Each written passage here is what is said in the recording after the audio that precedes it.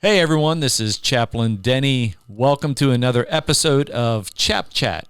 And Chap Chat is a series of podcasts where I get the pleasure and the opportunity to talk to some of the finest individuals that I know, people that are part of the South Carolina National Guard, people that serve selflessly, and a lot of times that have stories of resilience, or they share keys to what keeps them grounded during times of stress and struggle.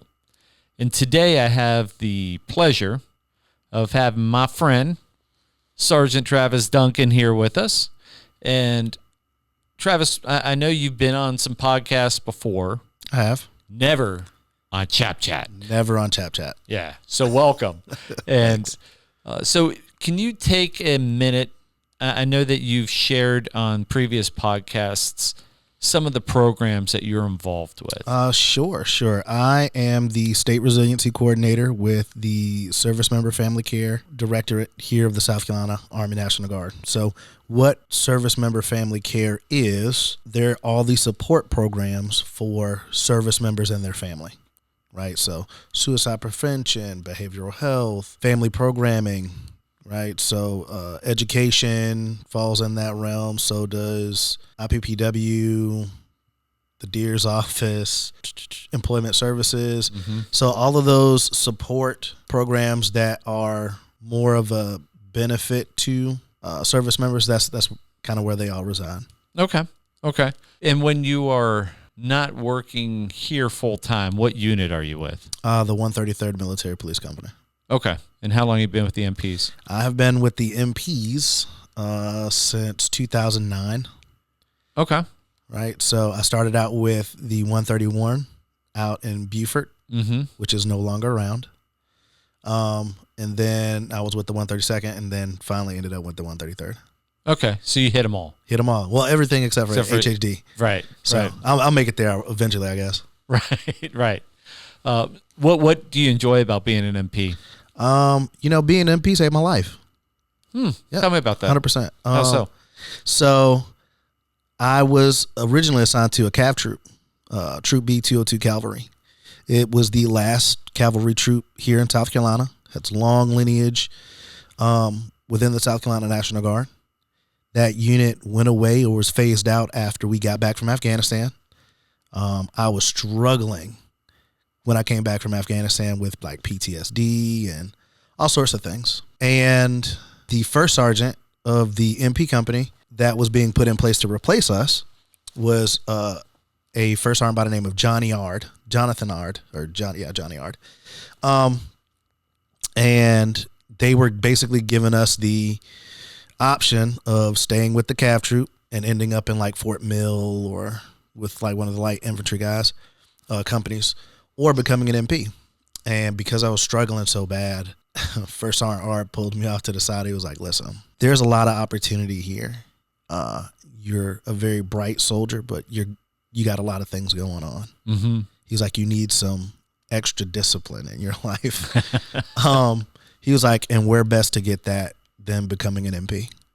So I took him up on that, which it felt like an issuance of a challenge. Mm-hmm. Like being an MP is one of those things where you're of the troops for the troops, but you're held at a higher standard, right? To enforce the policies and regulations of the Army as a whole, you have to be above it all to do it, right? So above, on the level, right, or above it. So giving me that challenge kind of helped straighten me out. It gave me a purpose, which then motivated me to be better and to do the things that I've accomplished in my career, which huge. If Johnny Ard ever hears this, man, like, thank you for the opportunity. Thank you for that challenge. Isn't it great to have someone that can be honest in your life? Oh, yeah, 100%. Yeah, and he may have phrased it in a way that got you thinking, but and there was a little kernel of truth that sometimes we need to hear. Very, very much so. It's not necessarily the message, but sometimes it's the delivery, right? Where I was in my life, I needed somebody to be like, listen, you are a mess. Right. But I got this thing for you that is going to straighten you out. Yeah. at that point in time in my life, I needed that. And 100% the MP Corps has been that for me, right? Right. So they haven't disappointed me yet. And the MPs, for those that are listening that may not know, MPs are military police. So how did that straighten you out? Because problems follow you regardless. Yeah, wherever you go. Wherever you go, there you are. It was not an easy or seamless transition by any means, right? So going to MP school, it was a different level of discipline that was needed. In the beginning, I struggled with it, right? But I had leaders at every level that were constantly giving me new challenges to accomplish. And the thing is, like, on a personal note, I hate to lose. Like, I don't know anybody that really does. I know it's kind of like a thing, but I really hate to lose, especially when I feel in my heart that I could win. Mm-hmm. So it really just kind of like pushed me. Gotcha. So being an MP, it was just the constant thing of, they provided me a purpose. Every leader that I've had, even my bad ones, because in 20 years of service, you got some good ones and bad ones. That's right. They provided me a focal point, right? So, and it was one of those things of like, something as simple as saying like, we have this mission, here is the bigger picture, right? This is where your part of the bigger picture is. Just providing me that gave me enough purpose to be like, this is my sole job and I want to do this job well because I want my part of the picture to be great. Right. So, just giving me that really just gave me the purpose I needed and motivated me to do what I needed to do to get to that next level. So the purpose, why was that so important to you? Well, so I've also spent time as an instructor, like down at BLC, right? And one of the things about leadership is you are supposed to provide purpose, direction, and motivation, right? Those three things. When you provide soldiers a purpose, it gives them their why. Big shout out to Captain Craven of the 133rd. He always speaks about knowing your why. Yeah. Right. So when you have a purpose, there is nothing that is going to slow you down in trying to accomplish it, right? To get to that piece. You have a function. When soldiers know that they have a function in an organization, they tend to do so much better. Right. Right. Versus you spend 9-10 weeks becoming a soldier. You go to a place and then you learn all these cool techniques and things that are now your job. And then you go and they just put you in a closet, right? Those people kind of like dwindle off. Yeah, we owe them better. Right. So when leaders provide purpose to soldiers, they execute so much better because they're like, this is mine. They take a piece of ownership with it. Yeah. Yeah. And it motivates tenfold, right? Also knowing your purpose gives you a direction in which you're moving, right? Mm-hmm. It's like, okay, well, I know that as an MP, I'm going to do TCPs, man ECPs, conduct law enforcement patrols, right? Generally keep everybody safe. I'm a public safety officer, right? It fires people up. Yeah. Right. I have a real thing to do. I'm gonna step out here and do it. And I want to look good doing it. So, that is such, oh man, it's such a thing that people take for granted. Yep. Right. Cause there's a lot of people that train their entire lifetime in an organization and they never really get a chance to do their job. As an MP, you get to do your job more times than not. Right. So, and you train and you train and you train to where it becomes like second nature. And we call on the MPs quite a bit. Yep. Not just for deployments and mobilizations, but for our DISCA, our home missions. Yep. State time missions. Yep. So during Hurricane Helene or whatever disaster or flood may be coming to South Carolina, MPs are out there. Yep. We're there. And when you said TCP, that's traffic control points. That's right. And so redirecting traffic, helping law enforcement with certain tasks, and y'all play a vital role in all that. So it's not just deploying to someplace else, whether it's Gitmo or somewhere. It's also you have a real stateside mission. That's right. And y'all step up every single time. Every time. And do it. And I love what we were talking about with your purpose and your why, because so many soldiers don't understand that. And then we wonder sometimes why our retention rates aren't where they need to be. It's a flaw. Mm-hmm. Because our picture is so big, right? I hate to use the cliche of like people just falling through the cracks, but that is really the case, right? So when you have an organization like ours that is big and it's very active compared to some others, you tend to focus on the more highlighted portions versus more of the support things. Right. And soldiers get wrapped up in that and they kind of get lost. There's also the thing of like people not knowing that opportunities are like what opportunities are available, right? So they think that just because they swore into the National Guard and they do things, 1 weekend a month, 2 weeks in the summer, or 2 weeks a year, and then, probable deployments, it kind of puts them in this lull of like, well, it may not actually happen for me. Right. Right. When really you should always, as an organization, we should push for the eventuality of it. Mm-hmm. Like one day you will do this job. Will it be today? No. Will it be tomorrow? Probably not. But you need to be ready for the job when the job presents itself. Right.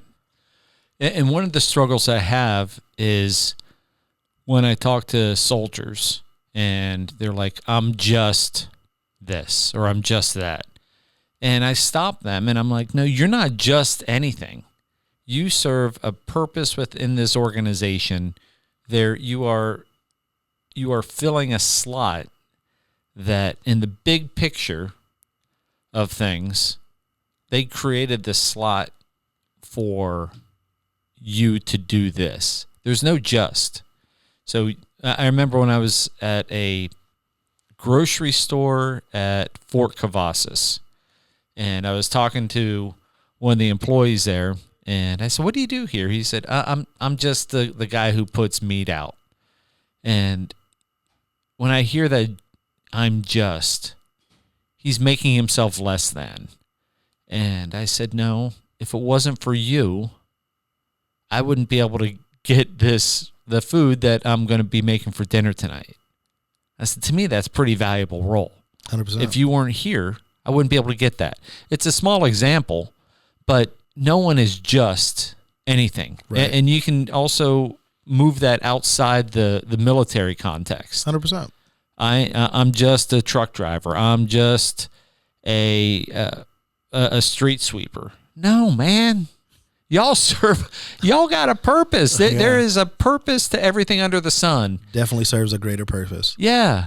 And, you speak to that, right? So one of the biggest things, like when people say, for instance, like you see these news articles about like just bystanders standing by when something like an emergency happens, and then all of a sudden they become heroes. Right. That person didn't think that morning that they were going to become a hero, right? They were, I was just a bystander. No, you were a hero. Yeah, you stepped up. You were in the right something. place at the right time. You saw that something needed to be done, and you stepped up and you did it, right? So 100% I'm on board with what you're saying, right? People generally just glaze over like, oh, well, I was just there. 100%. You needed to be there. Yeah, that's right. Right? So, yeah. I'm with you on that. You talked about when you came back from Afghanistan, you're struggling with some PTSD and probably some, I don't know. I'm reading between the lines and some other mental health stuff, I would think. Yep. Is that where you get your passion to do what you do for the Guard? Yes. I mean, that plays a part into it. Like, I grew up in a household where it was always a thing of service. My dad served 24 years in the Army, right? He retired up at Fort Bragg. He spent 15 of that 24 years at Fort Bragg. So there's always been a sense of service, like embedded in who I am. But just because you've been exposed to that for the predominant part of your life does not necessarily mean that's the road you're going to go down. Mm-hmm. When I was struggling coming back home, there were people in and outside of this organization that had enough empathy for me to show up, and I never want to feel like I owe somebody anything, right? And because they were there for me, I feel a sense of eternal obligation to be there for somebody else, right? It is the constant thought process of paying it forward, because somebody that didn't necessarily have to do that for me did it for me, and for no type of repayment either. Like, right. Out of the kindness of their heart, they did that. It was the right thing to do. 100%. Yeah. So that's what motivated me to want to change, one, and to be that person for somebody else that is going through something similar, always being available and able to help. Even if I don't have all the answers, I can at least get you pointed in the right direction to get the answers that you need. You know what I mean? So that's 100% why I do it. Wow. If it's okay, I want to talk about some of the struggles that you had when you came back from deployment. Sure. And if you don't want to talk about it, you don't want to go there, it's cool. That's fine. I'm all right with it. Okay. What were those struggles? So I come from a very religious family. Mm-hmm.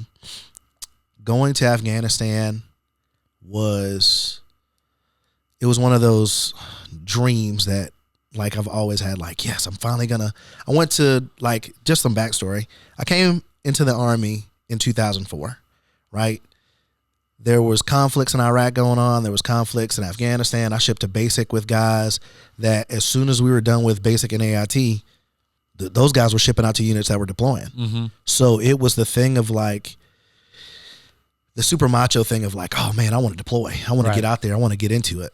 Looking back at it, at the age that I am now, it was so naive, because I grew up with all of these super macho like figures to look at. Yeah, Rambo, Arnold Schwarzenegger with all these action flicks. Wesley Snipes, Chaplain Denny. Yeah, thank you. Yeah, right. Thank you. So thank you for going along with that. You had all these super macho people that you kind of idolized, not knowing what was on the other side of that, the struggles that those people in those real life situations had to endure. So me and my dad really didn't talk a lot growing up, right? And I never could understand why, right? Not saying like we didn't talk, like we talked, but it wasn't like how I spoke to him after I joined the Army. Mm-hmm. And our conversations became deeper after my first deployment. My dad was a combat medic who did several tours in Iraq, toured to Panama, toured in Afghanistan once, like combat medic. Yeah. There were a lot of things me and him didn't talk about. Right. But we understood. Like, I understood him more after my deployment. Yeah, when you choose some of the same dirt, it's way brings an understanding. Way different. When I came back, there are things that I saw in Afghanistan that if I would have known 6 months ahead of time, I would have been like, nah, that's not real. Right? And it was hard to process. It's even harder to process when you're in the middle of it. And one of the things that I struggled with was when you're in that environment, how comfortable you are with how intense those moments can be. Right? Mm-hmm. So something as simple as like an air raid, right? Mortars coming in, you hear the sirens go off, you report to the bunkers. Yep. Right? So when I deployed with a cav troop that was redesignated Delta 1st and the 118th. Right? So we were assigned to infantry guys. We did convoy ops. We did route clearance. We did QRF response. Mm-hmm. So when the bombs went off, instead of going to a bunker, we'd hop on the trucks. Right. And we'd roll out. Yeah, looking for the poo. That's it. We're looking for the guys. Yeah. Right? We did long range reconnaissance, like overnight. Like, these are the things that, like, as a kid playing soldier, I dreamed about. Like, oh man, this is it. Yeah. And I was sadly mistaken. My first go out, and it was just boring. Right? It was like, oh man, nothing really happened. Okay. But then when things started happening, it never stopped. Yeah. It just kept rolling. It was hit after hit after hit, right? Our unit had, thank God we didn't suffer, and I'd say that, like, it kind of sucks to say it, but like we didn't lose anybody, thank goodness. But we had guys that got injured, like bad. Yeah. Right? To which, when you get back to your B hut after the day and you're sitting there and you're like, man, that could have been me. Yeah. Right? Who's going to tell my mom? Who's going to tell my dad? Right? Like, and then you have to go to sleep and then get up and do it all again the next day. Right. So those kind of things play with the mind. And coming from a heavily religious background, like getting in tics where you have to fire back, it is a thing of, the thing that used to conflict me the most was I never wanted to really hurt anybody, right? But these people were out trying to hurt me and my teammates. I had to respond. But then at the end of the day, now I have to think about it. I'm left with my conscience, right? There was a chaplain while I was in Afghanistan. I want to think his name was Duncan. He's since retired, but he would always see me hanging out in front of the mess hall, and they had a swing right in front of the chapel. So sometimes we'd wait for chow. We just sit on the swings and just kind of, kick it. Quite literally, just swinging. And he would, one day, we were coming back off a mission, and as we were coming back, one of the guys from my unit got involved in a firefight right in front of our camp, which was in response to VBID going off right at the gate. You had, the local A&A came in, the Afghan CIA showed up, and then there was a firefight, and one of our guys got hit, and pretty bad too, to where, we didn't know what was going to happen next. Sitting on that swing in front of the chapel, literally just, it's really hard to cry in front of a chapel. Like, it was far enough to where people weren't like on you. So you could just sit there and kind of like weep it out. Yeah. And he walked up to me and he was just like, hey man, why don't you come in the chapel? Right. And we sat down and we talked, and I told him what really conflicted me with that. And it wasn't the fact that I had to do it. It was a thing that I was okay with doing it. Like, I trained so hard for this, and I have no guilt in defending myself in this. And in some way, shape, form, or fashion, it bothers me when I'm trying to sleep. And he's like, he had to explain to me that in there is in translation, there's something that's lost. Yep. Right. So thou shalt not kill does not necessarily mean that you can't, in response, defend yourself. It's thou shalt not commit murder. Right. So you didn't set out this morning to go out and get into this conflict with this other human being. Right. You were just out doing your job, and they decided that they wanted to have a conflict with you, and you did what was necessary to protect yourself and your team, and you're back, and you're fine. He was like, you could take solace in that.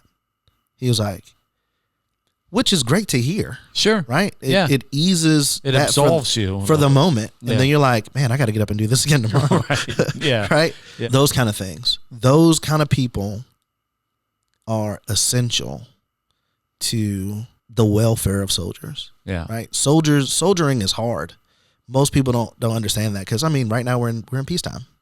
Right? But there are hard things you still have to do. But soldiering's hard. Right? You got to have mental fortitude to do this job. Sure. Right? And living in a country where we're all volunteer army. Yeah. That's kudos to you, man. You volunteered, you stepped up to do the things. Great. I think you have an interesting perspective on this. When I talk to new soldiers coming in, I ask them, why did you join? Most of them are saying, well, I joined for the education benefit. Which is great. But I picture some Joe sitting in English class, at Clemson or USC or Midlands Tech. And then all of a sudden they get their NOS and stuff just gets real. I joined so I could get all these benefits. But now, I got to step up. I got to do my job. I got to do my job. What advice would you give to someone like that? That's a really tough one. It's simple, but it's hard, both at the same time. For those that are encountering that oh snap moment for the very first time, it's okay. It's a natural reaction, right? Because given the climate and what's been going on the last 10 years, like, nobody really expected it to happen, right? Or for it to happen, or but the deal is, like, you have trained to do the job.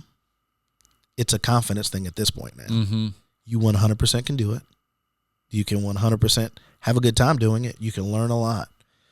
But you got to go in as optimistic as you did the day you raised your hand to swear that oath. Yeah. Right? And understand that you're a part of something larger than you can even fathom, right? The influence of our organization is not just statewide, it's global, right? There are people in other countries that know what the 218th patch looks like. Sure. They recognize it. They're like, you guys are from South Carolina, right?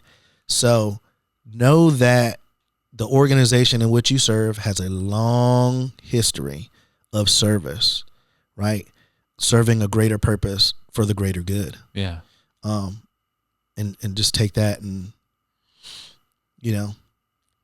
roll with it and try to always put your best foot forward in doing that and serve with honor. Right? Sure.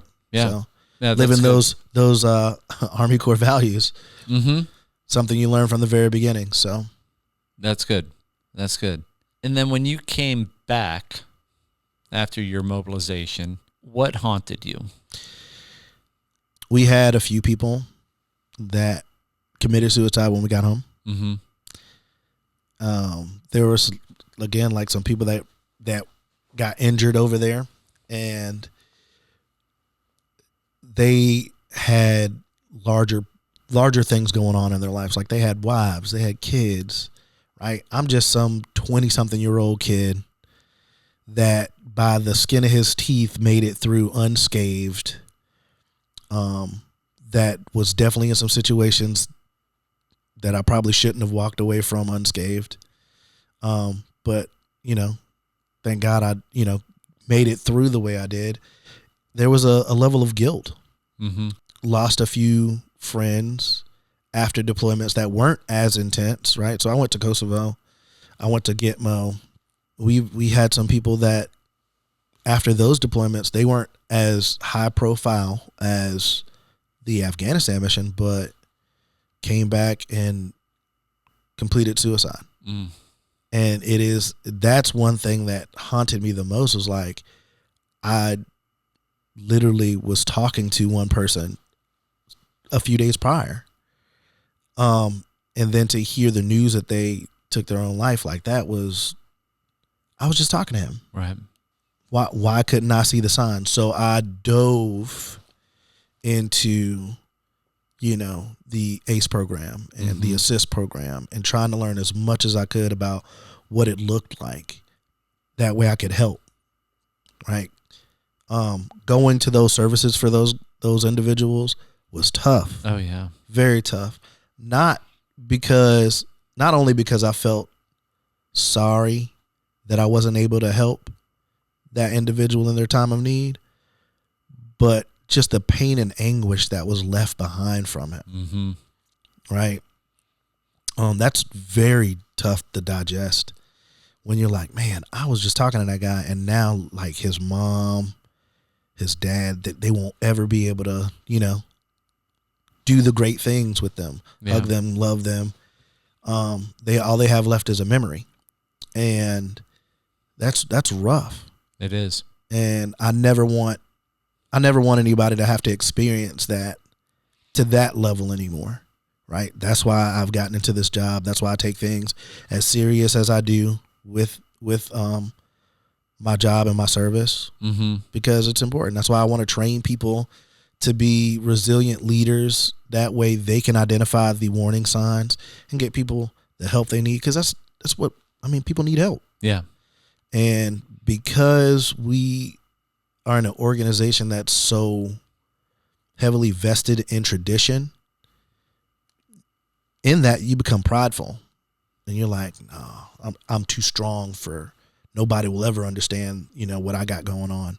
It was like, nah, man, like there have been plenty before you that have gone through things just as intense, just as hard, that are here, that want to help. So to those that may be listening that are struggling, it's okay to get help. Yeah. You don't have to publicize it. You don't have to. There are trusted people in your life that if you just simply talk, they will listen. If you don't have confidence in those people, there are people that it's their jobs to listen, right? So we have hotlines, the crisis line here, 988, all these different resources where people are here to listen. And you're like, oh, well, they don't really care about me. They don't know me. I don't have to know you to care about you. That's right. Right? I don't have to know you to care about you. The one thing that works in your favor is that I don't know you. So I'm not going to judge you. Yeah, there's some anonymity. You know what I mean? I'm not going to judge you. I'm here to help, 100% help. Yeah. So take some solace in that. Like, there are people that don't know you that will bend over backwards to make sure you get what you need. Yeah, that's pretty awesome. So how did you get what you needed? What help did you get? Originally, I tried to go the therapy route. That did not work well. Okay. Right. Getting back, working with the VA, there are a lot of things that were better. So the first thing they did was like this telehealth thing, right? They sat me in front of a computer monitor with a therapist that was like out of like Iowa or somewhere like that. This old guy. Nothing against him, man. He was the nice guy, man. But I was so angry that I couldn't sit down with a real person. I was so mad. And the thing was, like, looking at it in hindsight, the reason why I was sitting in front of that guy was to be evaluated to put me in front of a real person. Yeah. Right. And I was just so upset at that. Like, I went over, served, and I couldn't even get a real person to sit down with me. I mean, that thing lit me up. It's 400 degrees hot. I bet. And I'll never forget it. My mom was like, I was struggling really, really bad. My mom was like, listen, you gotta go. Yeah. And I'm gonna take you. And I was like, you don't have to take me. She drove me. She sat down, and when I remember coming back to the car after that appointment, and she was like, so how did it go? And I was like, I was fine. And she was like, I see it on your face. Like, tell me the real. Yeah. I'm like, all right. So I explained it to her. She was like, okay, if that didn't work out, we're going somewhere else. Yeah. So we drove. At that time, my mom lives down in Beaufort. So we went from Beaufort to Savannah. And there's a vet center there. Took me out there to the vet center, and they hooked me up. The guy that worked the reception desk, he was a Iraqi freedom veteran that lost both his legs to an ID blast. Probably the funniest person I've ever met in my entire life, from top to bottom. He will make you laugh even when you don't want to laugh. Right. And he's like, I know you laughing because, you have to show me some kind of pity, but these jokes are hitting. You know what I mean? Yeah. But he was real. He was funny, and he knew how to approach the game. He was like, look, we have group therapy every day, Monday through Friday. We do 2 sessions a day. You pick a session, and I better see you. And for like the first month and a half, like that's what it was. I would drive down to Savannah on one of my days off from work, and I would sit in a group. And for like the first 3 weeks, I didn't say a single word. And the reason why is because as an enduring freedom guy, right, serving in Afghanistan, sitting in a room full of Vietnam veterans, veterans from Desert Storm, Desert Shield, and OIF, the initial kickoff, listening to their stories, you're like, I am not going to say a word. Right. Because my mission was a cakewalk compared to what those guys went through. Yeah. Right. And I'm not like, for those that don't know, if you ever get into a conversation with a Vietnam vet that has been like combat vet, listen, they have always had it worse. Right. And they let you know that. They give you the real. They're like, not only did I have to deal with that stuff there, I came back and people like dumped on me. That's like, right. So you're like, man, that does suck. Right. Because I remember coming back through Bangor, Maine. Yeah. And, you're just changing terminals and these people are cheering you on. It's 3:00 in the morning. Yeah. And I mean, it is a slew of people. Yeah. They're just there hugging you. Yeah. Like in my mind, I'm like, how can I compare my pain to his pain? But those guys in those therapy sessions, even though it's like my pain's worse than your pain, they are very supportive in helping you get through the things. So. Yeah, and you bring up an interesting point with that, and I think that sometimes people get in their own mind, they start comparing, well, I'm hurting, I'm suffering, but my trauma isn't nearly as bad as someone else's trauma. So what am I even trying to get help for? And when you get in that comparing mode, it prevents you from getting the help that you need. 100%. So the takeaway I'm getting is don't compare traumas. Don't compare pain. I mean, pain is pain, trauma is trauma. And yet, someone may have had it worse than you, but that still doesn't negate the pain or trauma that you're going through. Nah, man. Trauma is as unique as a fingerprint. It's different for everybody. That's a great way of putting it. It's not a one size fit all. Yeah. Everybody's experiences vary, right? You may be put in the same. There are guys that went on deployment with us that came back and were perfectly fine. Mm-hmm. Right? It affects different people in different ways. So, I mean, the end result is both still need help. That's right. Right? But if you're in the trauma comparing business, you're never going to get the help that you need. No, you'll never win. Yeah. You'll never get things resolved. Yeah. And that's an important point you brought up. And thank you for sharing that, because I think that too many people are suffering in silence because of that. Right. And what I love about you is you seek out those people that you know are suffering in silence. 100%. You're not afraid to come up to them and be like, yo, Bo, what's up? Yep. What's good, my guy? Yeah, let's keep it real. Yep. Let's have a conversation. And I admire that about you, because you're very approachable, but your sincerity and authenticity lead the way. And you make it easy. You got to be genuine in it. Yeah. Right? People feel like, a lot of times people like set out to deceive them. Oh, they don't really care. People feel when you're being non-genuine. Mm-hmm. Right? So because I want the best for myself and others, like I'm leading with my heart all the time. You do. Fully invested. Mm-hmm. If you're going to take the time to tell me about it, 100% I'm going to listen. Right. And there are times I've put myself in positions where people are like, I don't need you to fix it for me. I just need you to listen. And I'm like, 100%, load me up. That's right. And as somebody that is being a support person, you got to be okay with that. You got to be okay with just sitting with them and listening and letting them just air it out. Because sometimes that's what they need to help fix themselves. Mm-hmm. Just to talk themselves through the process, and just need somebody else to be like, no, I'm with you. Yeah. I did hear this. What I'm hearing you say is this. Do you mean this? Right. Right. So taking time to do that stuff genuinely, it goes a long way. Absolutely. It does. It does. So how does Travis take care of himself? I spend a lot of time with friends and family.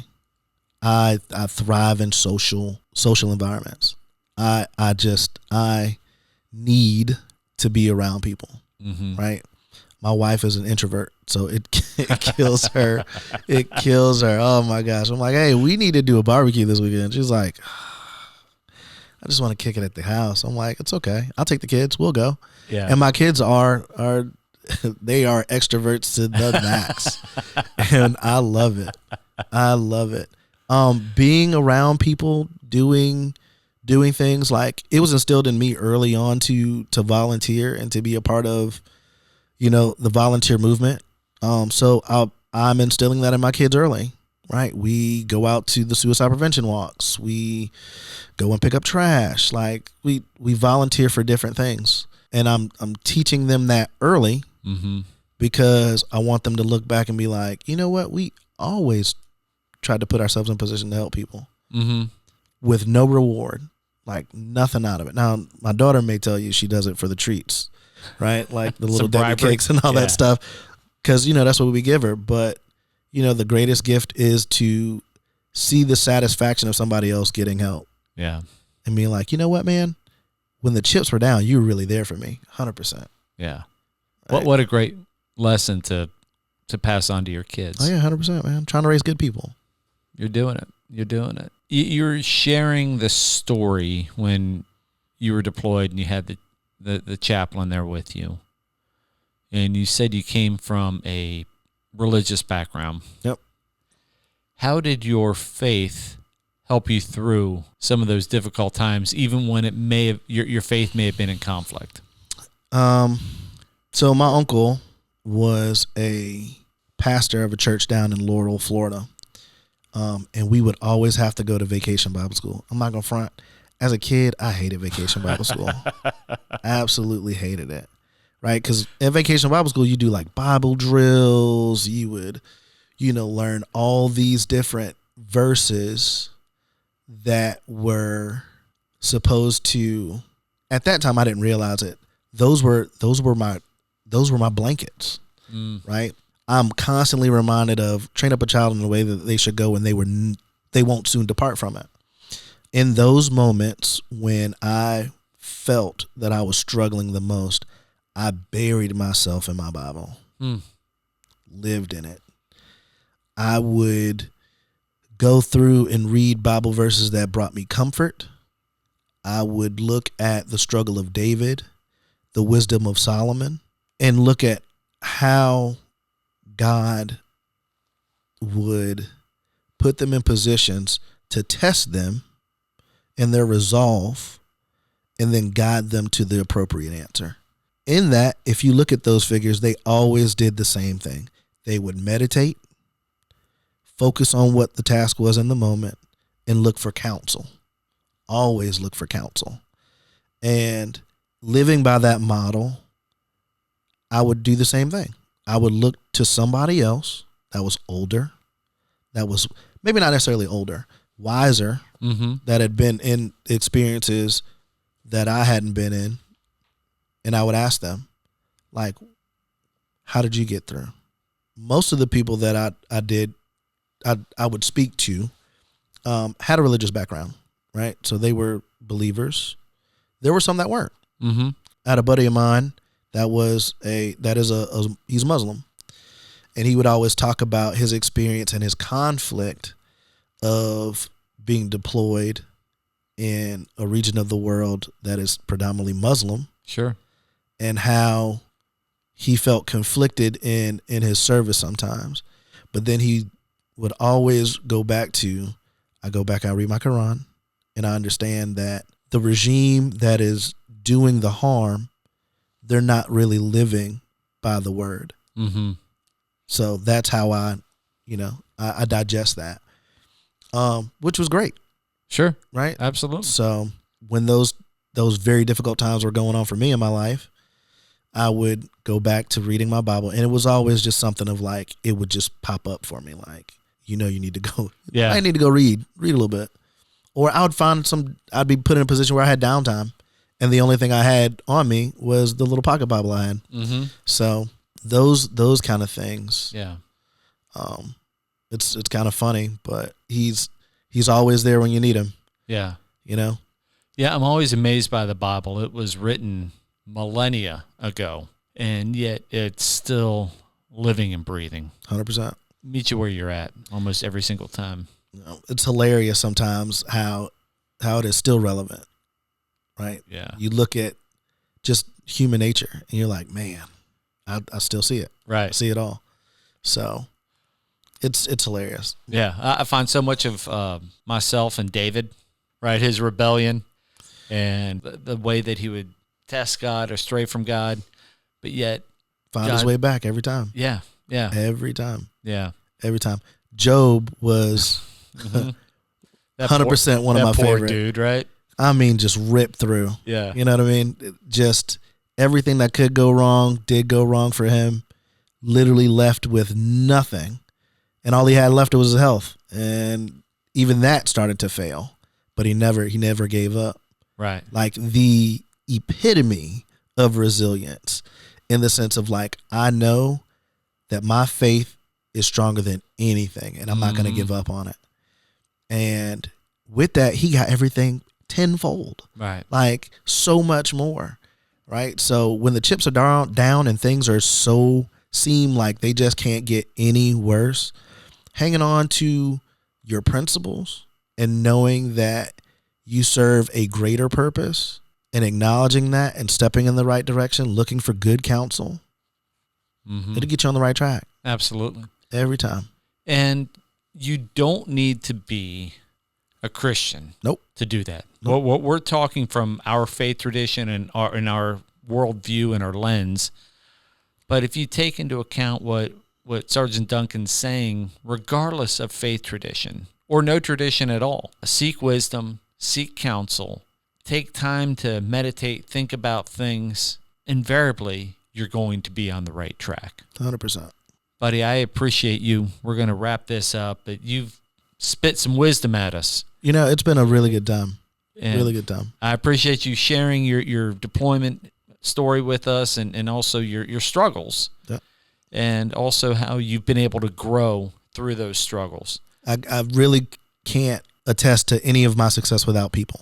Like, there have been people in every facet of my life that have been there to support me and help me. So I definitely I wouldn't be where I am today without those people. Yeah. And they're just ordinary people. You're a gem for us in this organization. And when you say that you would drop anything, just be able to sit with someone. 100%. I know full well. I've seen it. I've seen you do it. And I appreciate you having that heart. And we need people like you within this organization. They're here, man. We just need them to step up. Yeah. We need to highlight them. And you found your purpose and why in the MPs, but you're fulfilling that purpose and why in a more global sense. 100%. I try to. Yeah. Just try to follow the people that are leading the way. Yeah. Well, you're leading the way. You're leading the way. And we need leaders like you. I appreciate that. So thank you, my friend. Well, thank you for having me. I love you. I love how you help this organization. And God bless you, buddy. Thank you. Appreciate it. All right, that concludes this episode of Chap Chat. So if you have a story where you've been through some difficult stuff and you found resilience along the way, or you found help along the way, please hit me up. I would love, love, love to hear your story. Everyone's got a story. And Travis shared his today, and I would love to hear yours. So this is Chaplain Denny signing off for Chap Chat. Until next time, God bless.